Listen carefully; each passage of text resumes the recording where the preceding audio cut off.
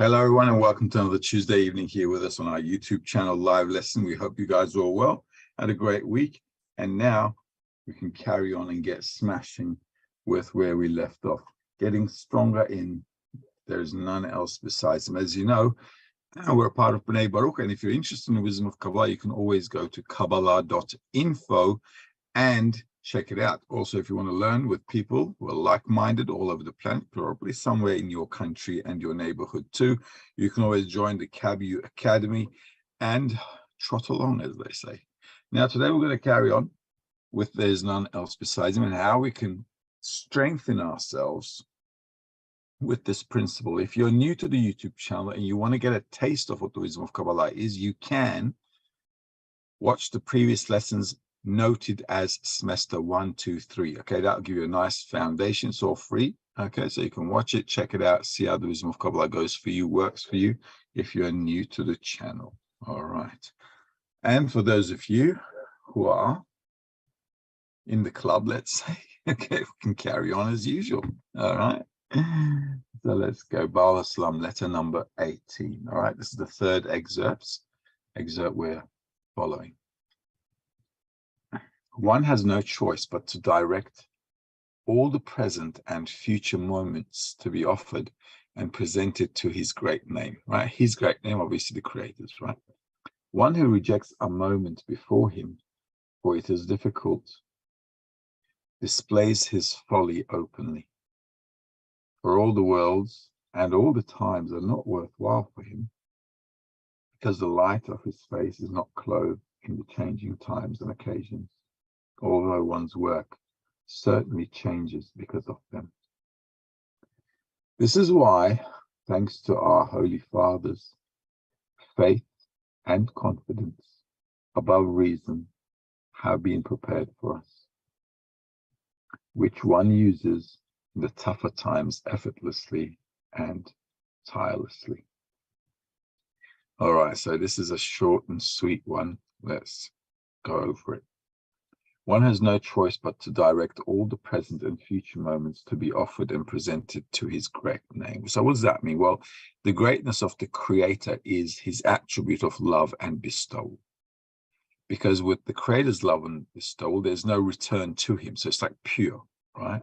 Unconditional. Obviously, our love in this world is all about conditions, right? So, but the Creator's isn't. So that's important for us to understand. It means that all of us, when we're studying the wisdom of Kabbalah, if we want to elevate ourselves above our egoism, above our narrow nature, we have to dedicate ourselves and direct ourselves only to attain the attribute of bestowal and the love of others. Right? This world always teaches us how to love ourselves. Right? And that's why you get the self-love methods all over the planet, right? How can I love myself? You need to love yourself. Well, in case you haven't noticed, by default, you're a self-love machine, all right? And look where it's gotten you, right? So you cannot stay in self-love and expect to be happy. Anyone who's aware of our nature should understand that because our default nature is self-love, self-thought, self-pleasure, directed at self-pleasure all the time, we cannot be happy in this mode. In fact, this is why the population is all depressed now. Okay, that's just how it is. So if we want to get out of this narrow nature and find some kind of feeling or sensation above the limitations of our current perception of reality, then we have to direct ourselves to the Creator, which means to attain love and bestow. That's what it really means. One who rejects a moment before him, for it is difficult, displays his folly openly. One more thing I need to say, actually, about the first sentence is this. It's really important to understand. It says one has no choice but to direct all the present and future moments. But really the most important thing is now. Okay, because what I do now is going to determine the future, isn't it? So every action I'm doing now is going to build me the future. All right. So it's very important to always, when we're studying the wisdom of Kabbalah, to like relate everything to the Creator, everything.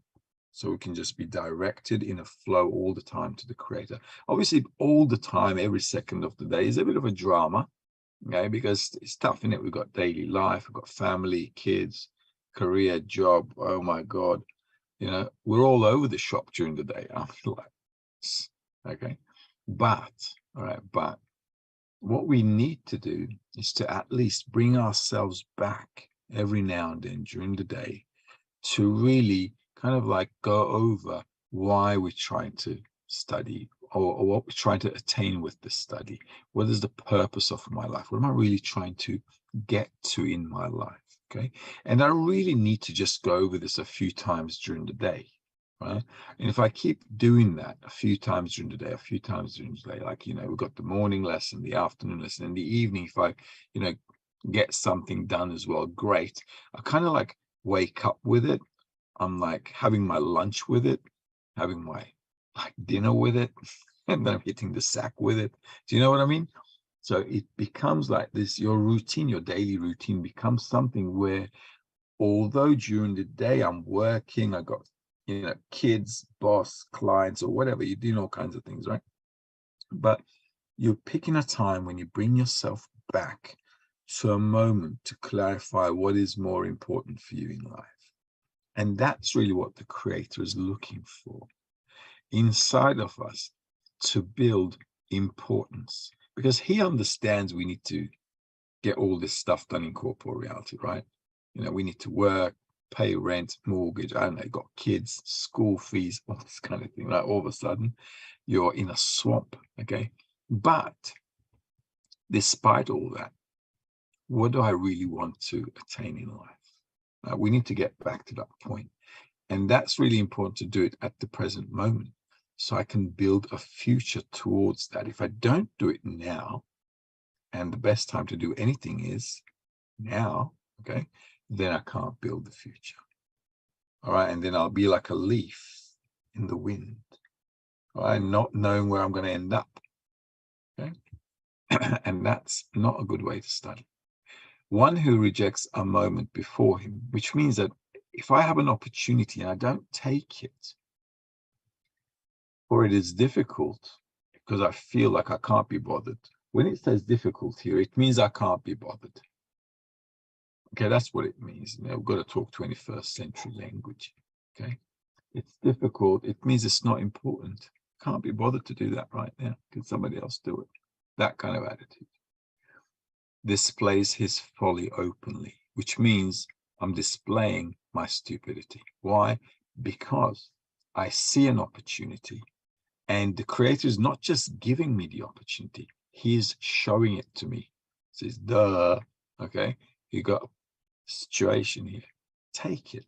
And I'm just not bothered, okay? And that's the thing that they're talking about, because my thoughts can't be there all the time, every day during the day, right? So the Creator is helping me out He's saying, listen, there's something you can do here now. And when it comes to my mind, it's like the Creator is calling me, saying, hey, come on, let's do something. Right? And that's when I need to kind of participate. Why? Because it's now like he like reached out to me, and I got to grab his hand as well. And this is really like these moments you kind of grasp. What makes you grasp those moments is if you sync yourself during the day periodically to what's important for you in life. Because then if you begin to constantly kind of like carve into yourself what's important for me in life, then what happens is when things pop up, because it's important, you become aware of it. Okay, but if it's not important, it's like on the back burner, then it's going to stay on the back burner. Okay, so it's like really word by word, a lot of description here. For all the worlds and all the times are not worthwhile for him, because the light of his face is not clothed in the changing times and occasions, although one's work certainly changes because of them. So, like I said, a person is not bothered to take action. He doesn't find the motivation, the strength, the drive, the push. But it is exactly at that moment when you don't have the drive to do something against your nature. If I was doing all this stuff willingly, there'd be no point. Okay? When do you become most successful in life? When you go against the grain. Okay, so if I was always doing things that I wanted to do, I want to do this, and I'm doing it, well, it doesn't really count, does it? Because I'm working with my desire to receive. Yeah, does that make sense? I hope it makes sense. All right, because then it's like, hey, I'm pleasing my desire to receive. When does it begin to make sense, right? For example, it's Tuesday night. What was Tuesday night? When I was at college, Tuesday night was like, well, Wednesday was Little Saturday. And Tuesday had a name as well, because we were always out, right? So now, suppose you're in college, right? And it's Little Tuesday, all right? It's like movie night, let's say. But you've got the lesson, right? You've got to keep lesson on YouTube. So you're thinking, oh, I don't know. What's more important? Okay. So if I don't have a dilemma, if I don't have like this, like, oh, should I do it? Not do it? Okay. Then I don't have the faculties to evaluate a situation, right? So I'm either going to reject it according to my desire to receive and have a good time on Tuesday night, or I'm going to say to myself, well, wait a minute, I do want to have a good time on Tuesday night, but this is more important than the movies. Okay. So then I have to make a calculation, and I can actually measure my effort exactly when I'm in a dilemma. Right? Without the dilemma, without the rejection of the action that I want to do for spirituality, right? So there's an action I want to do for spirituality. There's like an action against it, and they're like kind of banging each other on the head. If I don't have that state, then it's not really work. All right. So this is important to clarify for ourselves all the time. And this is why he's saying, look, if you don't take these opportunities, all right, while the Creator is not in our sight, you've got to do this when the Creator is not revealed. Because if he was, you'd be running to him anyway. Okay? So the whole idea is to work when it's dark, right? All the work is in the dark. Because if you get the light, that's it. You lie on the sofa, open that beer, and dive into the popcorn, and you never want to get up. Oh, it's so good. But that way we cannot move forward. Okay.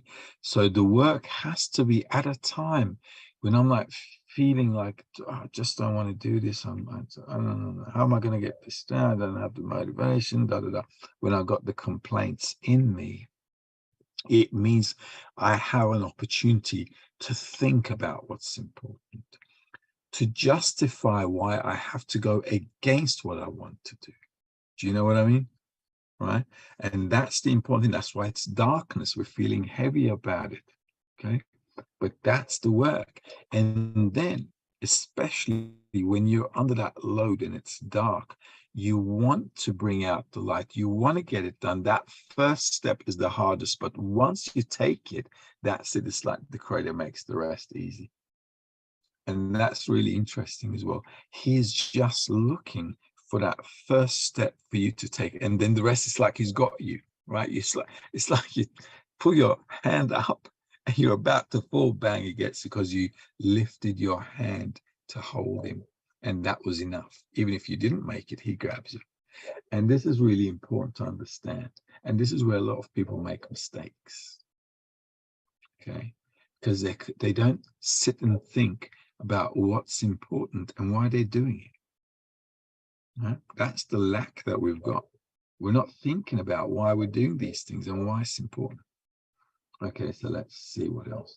This is why, thanks to our Holy Fathers, right, which are the Kabbalists before us, faith and confidence above reason have been prepared for us. Okay, this is also really important. I got to go above reason. What does that mean? Well, above reason means against my desire. All right. So imagine a kid who always does what he wants to do. I mean, can we as parents tolerate that? Can we even allow that? Okay. I mean, the kid's going to wreck the house, right? You got to put a leash on him, especially if you've got a son. I got a son. All right. It's like a wild animal in the house. Okay. So you got to put a leash on him. You got to say, no, mate, you cannot do this. This is not on. Okay. No, no, no. All right. So that's why it's important for us to also understand that inside of us, there's this wild animal who wants to run loose and do whatever he wants. It's like this mid-age crisis. Let me be. Okay. You can't run yourself, let you be. Otherwise, it's going to be like you're running after all your desires, and this thing is just going to, fall off the bandwagon. That's what it's going to do. So the important thing is to first understand I've got desires, and it's okay to have desires. Not a problem. All our desires are embedded in us. They come from the Creator. That's fine. What's important is becoming aware of what I want as a desire pops up in me, right? Okay. So let's say I want to make Tuesday a movies night, but I got to come to the lesson, right? So I understand I want to go to the movies. I understand it's attractive. I understand I really haven't done this for a while and I'd love to do it. But on the other hand, if I take the time out to think about it for a moment, and I need to say to myself, well, what's more important to me in life? Okay, the movie night or the lesson for tonight? Because at the end of the day, what do I want to attain at the end of the day?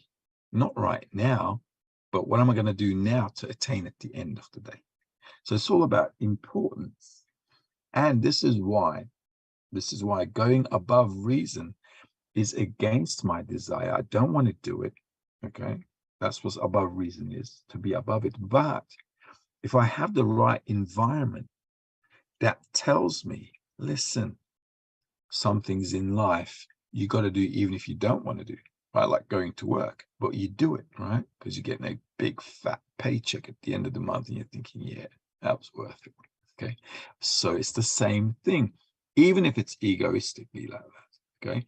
Because when we come to the wisdom of Kabbalah, it's not like we're coming here like angels, right? We're as rotten as, I don't know, bad eggs. All right. But the important thing is we understand the state we're in and we have an aim, an objective, a goal to what we want to be. And by understanding these two ends, I can actually think about these two ends. I can evaluate it and I can calculate, I can make a calculation. Now, this doesn't mean you're going to quit movies night. Okay. But you can say, well, wait a minute. I don't have a lesson on Saturday night. I don't have one on Friday night. So why don't I make it on a Friday night? I can still bribe my egoism. If you're smart, you won't fight it. You'll just bribe it. Okay. Hey, dude, let's do this on Friday after we go out to dinner instead of doing just a movies night on Tuesday night. What do you say to that? Well, that's like double jeopardy, isn't it? So let's take Friday night. Okay. It's a matter of calculation. This is why the wisdom of Kabbalah is really cool, because you don't have to sacrifice anything. You have to calculate everything. Right? So you don't have to sacrifice the pleasures of life. You have to think about what's more important and how to integrate everything to your life. And I think this is like really important, because a lot of methods out there talk about restricting yourself. Don't do this, don't do that, like religions or some spiritual things, or like some Eastern philosophy, right? Eat like, I don't know, a bowl of rice a day. I mean, come on, guys. It's not going to pan out really well. Okay. So how can you do that? Well, by thinking how to integrate physical and corporeal needs, okay, into my spiritual path. And that's called a framework. So if I have a study routine, a study framework, something that's like consistent, then I can work around that framework. It's like going to work, right? 9 to 5. I'm not going to be working 9 to 5. Okay. And that's a framework. So I build the same kind of structure for spirituality. Let's say the morning lesson, or let's say an hour a day, or 2 hours a day. Okay. But 2 hours a day, I know that, or for example, if I'm going to work on a bus, right? I work from home, but let's say you're going on a bus or driving, right? Or you're on the ferry. Well, that's a nice time to listen to the lesson. So you're an hour on the road. That's like great. Lunch lesson, done deal. On the way back, morning lesson, first session, done deal. So you already got like 2 hours under your belt. You know what I mean? So it's already like, it's a matter of this above reason is really, when we start the wisdom of Kabbalah, above reason is actually a spiritual state. But because we read about it so much, it's always mind-boggling how I'm supposed to do this above reason thing, right? Because like, I don't know what to do with this above reason. Am I like above reason? Okay, because we're not above reason at the moment, but we can behave by setting up a structure as if I can be above reason. Just like kids play the roles of grown-ups as if they're a grown-up, right? And that's called role playing. So going above reason in our state, if we're not in spirituality, is about a framework. All right. And then I can make calculations. If I do that, what happens? Look, it says, which one uses in the tougher times effortlessly and tirelessly. Why? Because I become like a machine. Right? I'm just following a daily routine. It's like you get up to work, right? Get up in the morning, go to work, right? You're like a machine. Okay. Does that work for you? Well, it must work for you because you're getting paid, right? Same thing. Imagine doing the same kind of routine, something you made up for yourself systematically, though, and you got to stick to it, right? And that's it. Then that is your routine. So what are you getting for that? Well, you're getting spiritual elevation. You begin to discover what your nature is. You begin to discover what the world is all about. You begin to make deeper discernments about your feelings, your emotions, and how you relate to life, how you want to relate to all the things that are happening to you, how the Creator is talking to you through the events of life. And you couldn't decipher all that before, but now you got yourself some time to think about why things happen to me and how I should relate to those things, because all of that starts to make sense when you integrate spirituality, the wisdom of Kabbalah, into your life consistently, because then you begin to think, well, there's nothing else besides him, so he's doing something, I feel like this, what should I do with that? All right. And then that's the time when you start calculating, what should I do? How should I relate to what's going on in my life? What's the next step I need to take if I want to go one step higher? Okay. And all of that can only happen if you got a systematic framework. Okay. Does that make sense? It's a short little passage. It summarizes everything we're doing. Okay. I've got here, how many sentences? 1, 2, 3 sentences here, but it says it all. All right. And that's the beauty about these guys. Short, sweet, if you can decipher it. All right. Bang. Any questions? We're all good? Well, no questions? You're breaking my heart. All right. Letter number 18. This is number 4 from the same letter. All right, let's read the whole thing and go step by step. You understand, like it's a small passage, but once you delve into it, there's just so much in there, right? It's like an endless ocean. That's why sometimes students say, why are we always studying the same thing? It's not the same thing. If you haven't done anything from yesterday to today, it's going to be the same thing, trust me, okay, because you haven't done anything. But if you worked on yourself with what you studied, then today you're a completely different person than what you were yesterday. And if we read this thing tomorrow, after having worked with it all day tomorrow, right, we're going to be completely getting something else from this little excerpt. It's going to be like a different thing. It's going to be like, oh my God. Okay. And that's the beauty. It's like an ocean out there. First thing in the morning, when he rises from his sleep, he should sanctify the first moment with Dvikut with him. Pour out his heart to the Creator to keep him throughout the 24 hours of the day, so that no idle thought will come into his mind, and he will not consider it impossible or above nature. Indeed, it is the image of nature that makes an iron partition, and one should cancel nature's partitions that he feels. Rather, first he must believe that nature's partitions do not cut off from him. Afterward, he should pray from the bottom of his heart, even for something that is above his natural desire.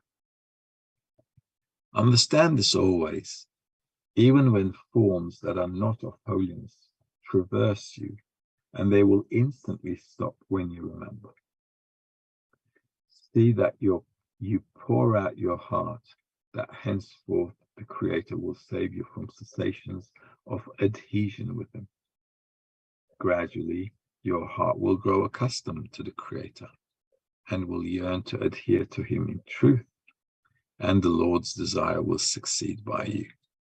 There you go. It's like one summary of one book right here. All right, first thing in the morning. So I got to start the day with the Creator, he's saying, okay? Because we have a proverb in Turkish, things go how you start. So if you start with the right foot, it'll go nice and easy. And if you don't, well, you're going to flunk it. Okay, this is not going to pan out. So first thing in the morning, I've got to be, when I get up, I've got to be in a state where I feel like I'm with the Creator already. But how am I going to do that? Okay, how can that be possible after I wake up? It can only be possible if you went to bed with the Creator, right? What does that really mean? Well, I'm going to read something, a sentence, two, something, anything. So when I hit the sack, my thoughts are with the Creator. Now, if my thoughts are with the Creator when I'm hitting the sack, when I get up, who do you think I'm going to get up with? With the Creator, right? Why? Because I slept with him and there's nothing else in between. So I'm going to get up with him. All right? Does that make sense? This is why that routine is so important. Because I'm kind of like, when I'm reading, I'm remembering that we're surrounded by a system, and that whole system, call it nature, call it God, call it Creator, it doesn't really matter. We're surrounded by a system. So every time I think about that system, every time I try to take a step to that system in my desire or thoughts, it's like holding me as well. It's like a two-way thing, right, with the Creator. He should sanctify the first moment with Dvikut with him. It means that we should be grateful about the situation. Okay, grateful, thankful. All right. Why? Well, for one thing, it's a possibility of not waking up. Okay, so we're up. Okay, for one thing. So thanking the Creator is important because you cannot have a relationship with the Creator if you are not content with the Creator.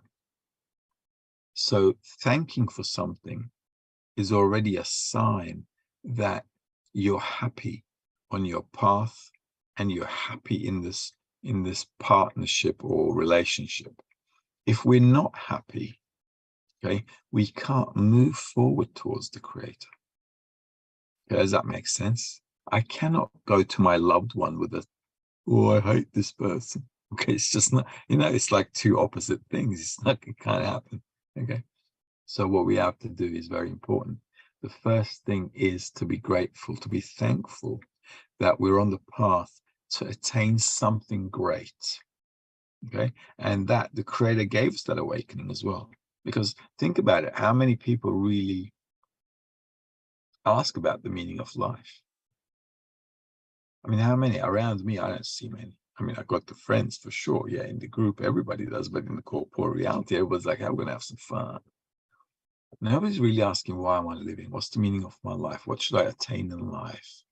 What, I'm going to die soon. Shouldn't there be something great or something more? Okay. See, it doesn't come to a person, and it's weird. We feel weird because it comes to us. All right. And because it comes to us, if you talk about it with somebody who's not really in that wave, then you look like a weirdo. Okay. Because you're like, well, what are you talking about? Why don't you just live your life? Well, what life, dude? We're going to die tomorrow. It's like, what are you talking about? Okay, so this is drama. This is why being thankful, you got to understand that the awakening in a person is a privilege. It's like you're handpicked for the job. So being thankful to the Creator is really important. And that's what he means. When you wake up, you got to sanctify that moment that you are with the Creator. Okay.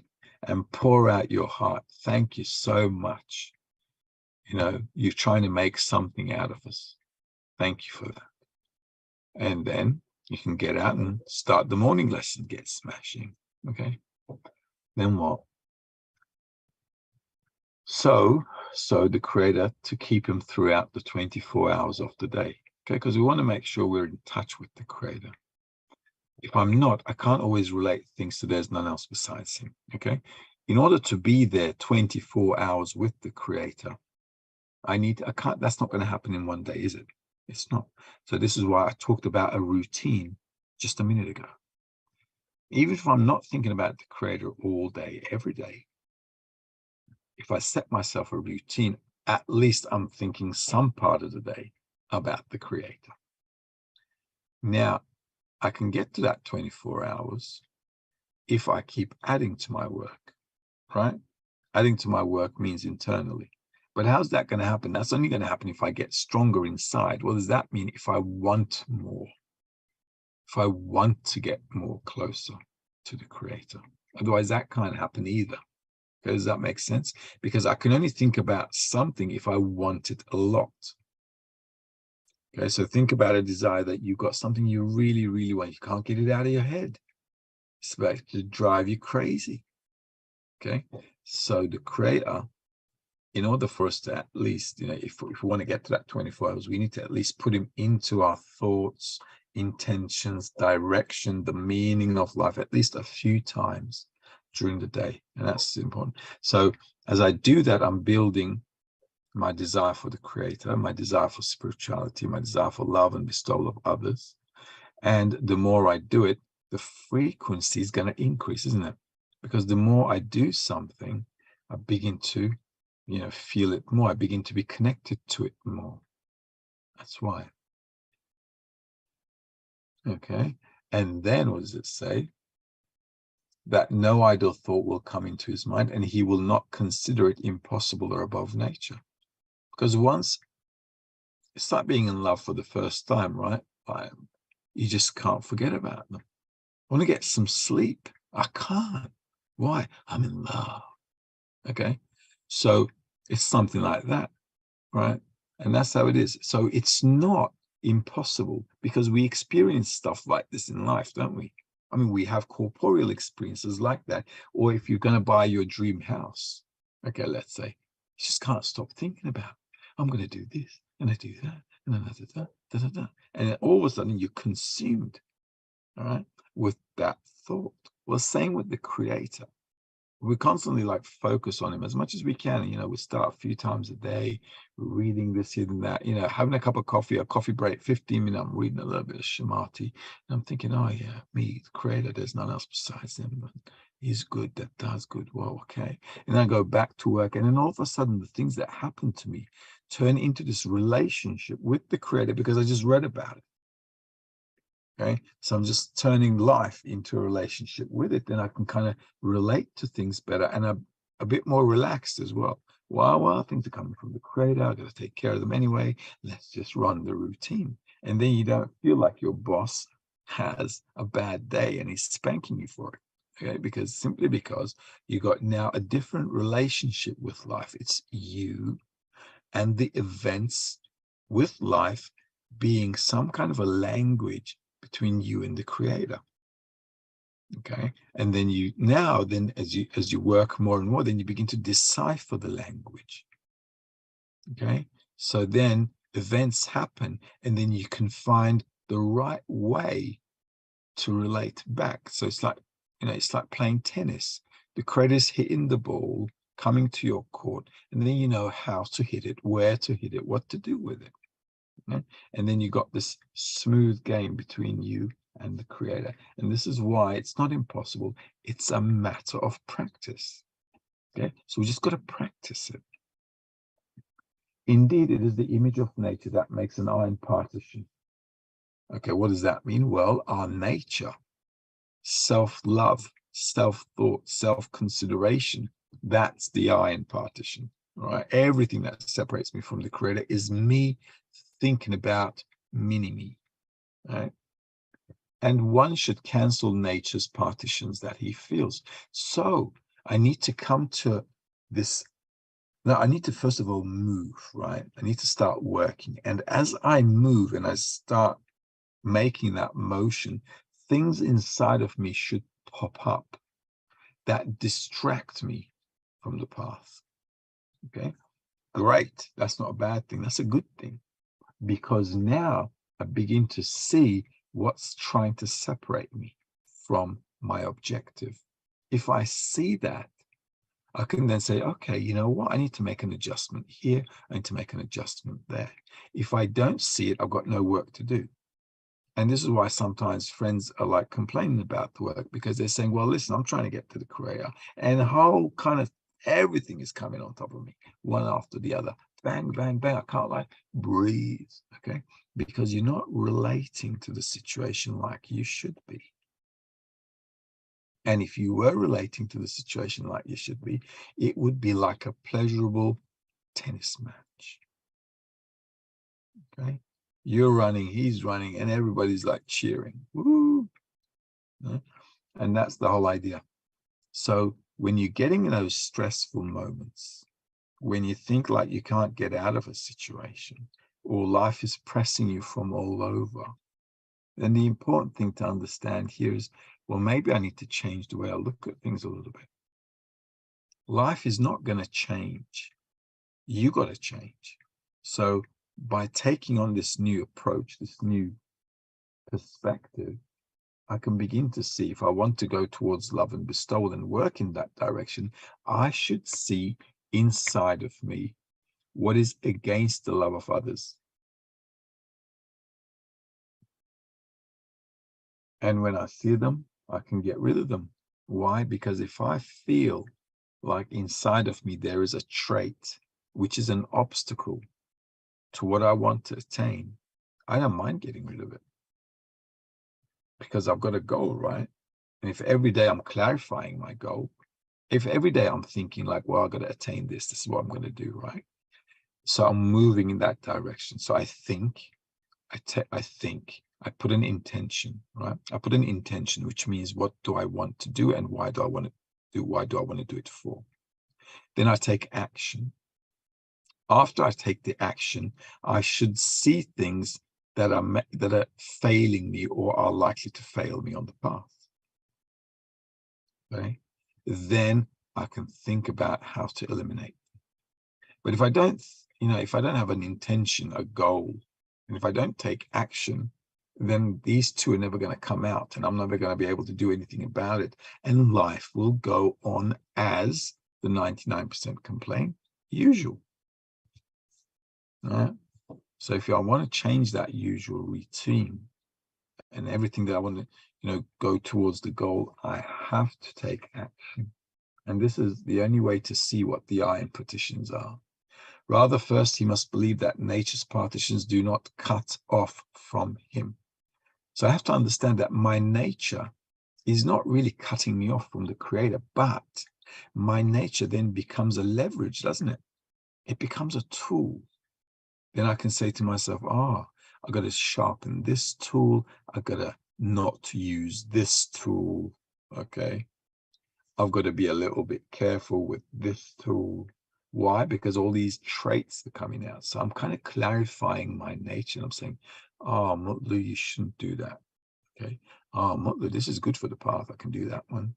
Oh, this is a bit tricky. I have no idea how to use this desire. Better put it aside for the moment. Maybe tomorrow I'll know what to do with it. Okay. You can't come to these discernments without that motion forward. Afterwards, so you understand that our nature is not to cut us off from the Creator. It is to clarify how we can get to him in a right way. Okay, so the desire to receive is a tool. It's like Pharaoh. It helps us identify what we need to do, what we need to overcome, what we need to put aside. It actually allows us to grow up. Okay, so because we're becoming aware of our desires, we're thinking about what we want, and then I see these things, and then I say, you know what, this is not that important. Just like we don't play with our toys anymore. Why? Because we grow out of them. So as we clarify the goal, it becomes more important. Then I can make sacrifices, and it won't feel like a sacrifice. That's the beauty about it. This is what I said.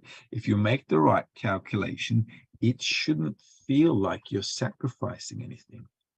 Because the goal is important, it doesn't feel like a sacrifice. If it's not important, then obviously you feel like you're doing it against your desire. All right, so understanding our nature helps us out a lot, so we can use it to get closer to the Creator. Afterwards, he should pray from the bottom of his heart, even for something that is above his natural desire.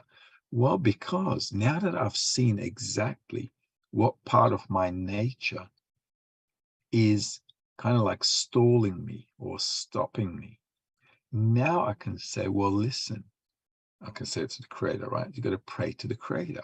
Why? Because I've got this trait in me and I cannot overcome it. And there's bound to be stuff you will not be able to overcome. Obviously, just like kids can't overcome everything they want. So what do? They come to you, they pick you by the hand and get you off the sofa. Exactly in your favorite moment on the sofa. Okay, so they drag you out of the sofa and they get help from you to do what they want to do. And the person is the same with the Creator. All right? So a person needs to see there are certain things he cannot do anything about his nature. And as he advances more, he sees more of them. And then he comes to a point and says, crikey, I can't do anything. Okay? And that's great, because that's the exact moment when you can pray to the Creator, when you feel like you can't do anything. And then you have a need for the Creator. Because you want to, on the one hand, you want to do it, on the other hand, you can't do it. It's like you're stuck. And that's when the Creator helps. Exactly at that moment. And that moment always comes in every degree as well. So in each degree, you're also coming to this point of no return, of desperation, when you're going to fall off the cliff and somebody better hold you, but you did everything to hang in there. Okay, you did everything, and then that hand comes exactly when you've done everything you can, and that's the time when you scream for help. You cannot just pray to the Creator if you're in a state where you feel like you can do things. Right? I'm not going to call anybody for help if I'm carrying a sack, let's say, of a few kilograms. Okay, But if I got a load of 50 kilograms on my back and I'm feeling a little shaky, I'm going to say, help. Okay. Why? Because I feel like I can't do it. I'm going to be like under it. Okay. I'm going to get crushed. So then I'm asking for help. Same with the people, same with anyone in the spirituality, in our spiritual study as well. You're only going to turn to the Creator when you feel like there's nothing else you can do, and the only thing that can help you is the Creator. And coming to that sensation is really, really important. And that's you, and you're only going to get there if you keep discovering these iron partitions between you. And it feels like a never-ending story. There's always something that's kind of like taking you off the path, and it's just driving you nuts. Okay, but that's fine, because as you go nuts, you clarify your nature to the deepest level. Okay, so it allows you to understand that you cannot change anything about your desire to receive for yourself. Nothing. And in the past, you thought, but I did this and I did that. And you think back and like, oh my God, I did all that stuff because I wanted to do it. It was all egoistic. And you know what I mean? So the Creator gives you all this clarification. It's like kids thinking they've done something during the day. And then as they grow up, they're like, oh my God, this is how I grew up. Okay, because you understand as you grow up, things become a bit more serious. But when you're a kid, even the smallest thing, the smallest triumph is like, yeah, you're on top of the world. So as we grow up in spirituality as well, the same kind of thing. Understand. So in the beginning of the path, it's great. Everybody's got the strength. We're like studying. We're with the gang. We're going to get to the Creator. Oh, yeah. Okay. And then you start working and you're thinking, oh my God, what have I gotten myself into? Who are these people? Okay. That's what we begin to think. But that's exactly the time when the work starts. If you didn't have that, you got nothing to work with. So exactly when you look at them, you think, I don't want to be here, but you got to keep a happy face. Okay. All right.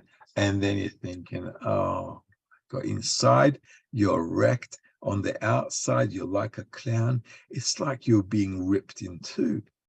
Okay. It's like a bad Joker movie. Right. But what can you do? What can you do? This is the situation.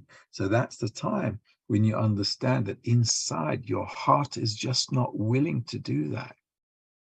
And that's when you can really turn to the Creator. And coming to that understanding takes a long time. Like kids grow up and understand that life is difficult. Okay. Life is difficult. They don't understand life is difficult when they're 3, 4, 5, 6, whatever. They get to 25, finish college and thinking, wait a minute, I've got to make my own money. Really? Okay. And that's when they start thinking, okay, that's bad news. Somebody should have told me about all that. Okay. And so it is. So coming to the realization, you see how long it takes for a person to grow up. Same in spirituality. By the time we figure things out, say, wait a minute, this is like not really what I signed up for. It's a little too late now, buddy. Okay. That's just how it is. So yeah. But that's just how it is. All right. And that's how we come to understandings. All right. Okay. What, we've got questions? Really? Okay. So these writings are saying, okay, this is Rachel. So these writings are saying we ably reprogram our conscious mind to be in harmony with our subconscious desires, the point in the heart for spirituality, bringing this way to being into the corporeal reality with gratitude. Yeah, we can, but what that's going to bring us, you see, I said practice, right? So we've got to practice this all the time. And as you practice, you're going to come up with obstacles, right? Okay. So in the obstacles, you got to turn to the Creator, though. Okay. We must never, ever forget about the Creator in this business. If we had a corporeal goal, we wouldn't think about the Creator. You know what I mean? Get up, great to be alive. Let's go and do it. Okay. Because you got motivation to do whatever you want to do. If you want to attain it and if you think it's great, you go for it. But with spirituality, initially you start to go for it because you think that's great. I'm going to get out of this world finally. All right. And then you start working for a few months, then it's like several months, then it's like a few years, and you think, wait a minute, what's going on? Okay. And then you got to start turning to the Creator, but you must not lose the sensation of gratitude. You got to add that all the time. Okay, why? Because as you also live the path, you study the path, you begin to live the path. And even if some things appear to be really negative on the outside, you begin to value it because you grow up from it. All right. And that's when gratitude happens. You're like, you think like the Creator really headbutted you and you're like on the floor, knocked out completely. Then you think, wait a minute. It just occurred to me why this happened. All right. So it kind of like puts your senses back by giving you a bit of a shake up. That's why gratitude is important, even on a bad day. All right. Ingrid is asking how to make progress in one's heart and not only in one's mind. Well, we've got to use them together. The way to do that is to work on the love of friends. So if you're working with us in Bnei Baruch, you've probably got a 10 or a group or some guys close to you or even virtually, right? What you have to do is take a step towards doing good things to them. As you begin to do good things to them, inside, you're either going to feel good or bad. Okay, there'll come a time when you're feeling great. Okay, you did some support for the group, you helped them out, and you'll feel good. And sometimes you'll feel the lack of motivation, not wanting to do it, and you think, oh, I've got to do this again for the guys, kind of thing. Okay, that's the time to clarify it. And that's when I need to use the head. I cannot go with the heart alone. They must balance out. Okay, this lack of balance is dangerous. So I feel first. This is important to understand. I feel first after I do something. Okay, this is why I said you got to take action. You take action, then you have a feeling. Then you got the mind to clarify the feeling so you can work with it for the next step and the goal. Okay, does it make sense? I cannot just go with feelings. I've got to clarify, think about it. What should I do with it? What should I learn from this? Right, these are really important. Sylvia's asking, go to bed with the Creator by reading an article before sleep. That sounds like a great idea to me because I can't think of any other way to go to sleep with the Creator. Okay, because he's definitely not going to come down from the skies and cuddle up. Okay, so I better cuddle up to some books that are talking about him. Okay, so that sounds good. Sylvia's asking, I've tried to focus on the Creator during the day and my mind wanders off often. How should I stay focused? By doing something for the friends with the intention that you want to get closer to the love of friends in order to get to the love of the Creator. The Creator is not around, guys. The Kabbalists are saying he's everywhere, but he's out of reach. I don't see him. I don't feel him, but I got the friends.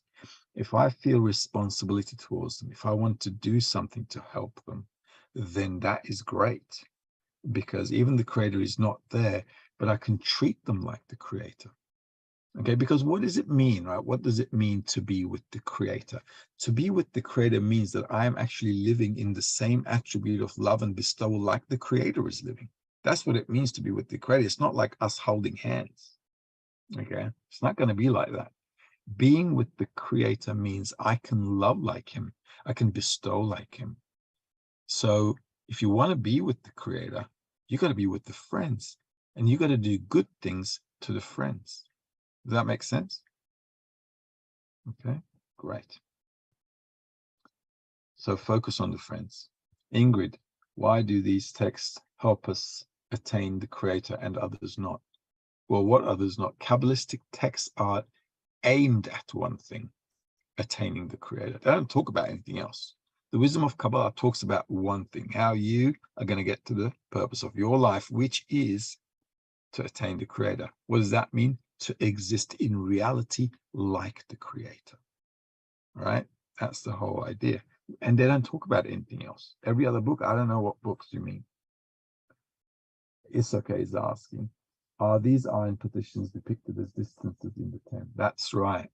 If I feel like I'm distant from them, I could be sitting next to them, but I could feel in my heart very far away from them. Okay, so yeah, I got to measure these things. I got to think about it. I'm sitting with them. I want to come to the love of friends, but do I really want to go there? Am I going there? Am I doing anything with that? Are we making efforts to cancel these heavy partitions and challenging sensations between the friends and the 10? Well, we don't want to cancel things. You can't anyway. What you want to do is overcome them. We cannot cancel our egoism. What we can do is understand what it is and choose to be above it. That's what canceling really means. Sometimes in the books they talk about canceling the desire, killing the desire, and so forth. But we cannot cancel what the Creator created. We cannot destroy what the Creator created. So what we can do and what we should do is to realize what our nature is like. And then if I have a goal ahead of me, which I think is great, I can figure out a way to overcome that problem. And that's the important thing, to work on overcoming the situation to move forward. All right. Is that it? We're good. All right. Lovely, lovely. That's exactly 9 p.m. And that is just enough time for me to drop into my next meeting. I hope you guys are all well. Stay well, keep safe. Hopefully, if nothing goes wrong from above, next Tuesday, business as usual. We'll get spiritual. Have a good evening.